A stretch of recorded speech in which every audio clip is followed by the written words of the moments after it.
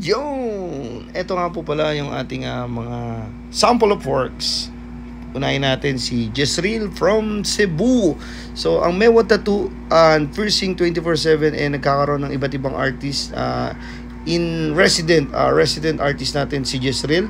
So from Cebu siya, kumuha ako ng bahay na matitira ng ating mga artist malapit sa shop para komportable rin po sila. So ito yung ginawa nila kay Madam. 2-day session, 15 hours. Pero ito yung bagong parating natin na si Tutud. Pwede kayo magpa-advance booking. Grabe, mga realism yung gawa niya.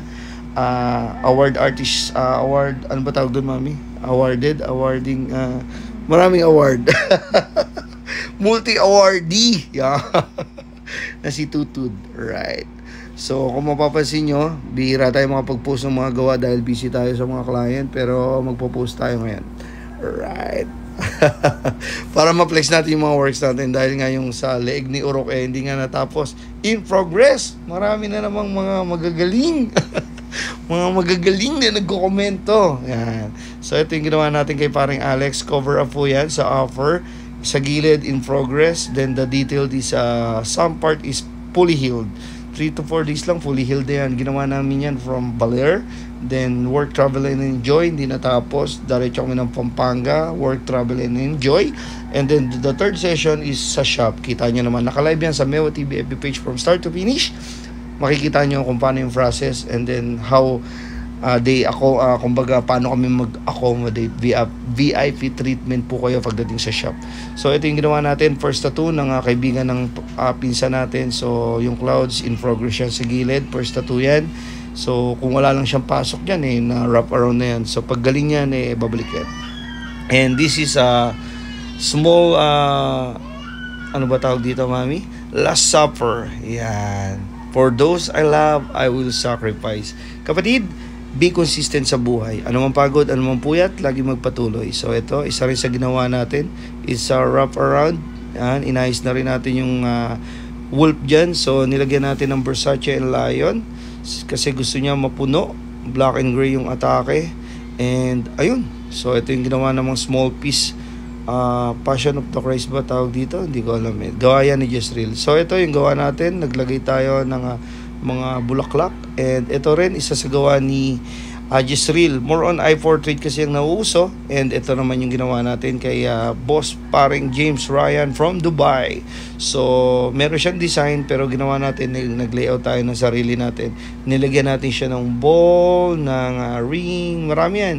May radio pa yan, tapos nagbabasketball. Gusto niya kasi portrait, so ginawa ko with motion kasama yung katawan. So sa lahat ng gusto magpatattoo, down to avail a free layout and schedule. And we're always open 24/7. Mag-walk-in kayo, pwede. Marami tayong artist dyan. Mamaya nandiyan na ako sa shop.